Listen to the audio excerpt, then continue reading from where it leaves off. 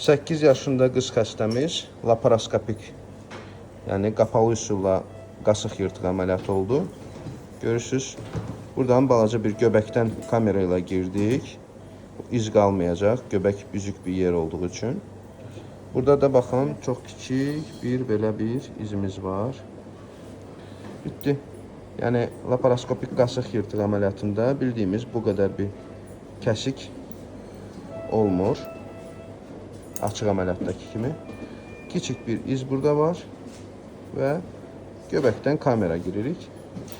Göbəkdən kamera girdiyimiz üçün laparoskopik əməliyyatda içəri tərəfdən həm sol, həm sağ tərəfi görə bilirik.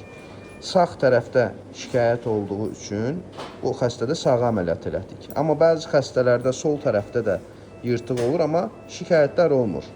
Biz buradan kamera girdiyimiz üçün sol tərəfi də defekt olduğunu, yəni orada yırtıq olduğunu öncədən görmüş olub icra edirik. Bu xəstədə yox idi məsəl üçün. Ona görə sadəcə sağ tərəf elədik. Laparoskopik əməliyyatda xəstənin təkrar qarşı tərəfdən əməliyyat olma ehtimalı 0-a bərabərdir. Çox güvənli və estetik bir əməliyyatdır. Xəstədə də az ağrı olur, izdə qalmır.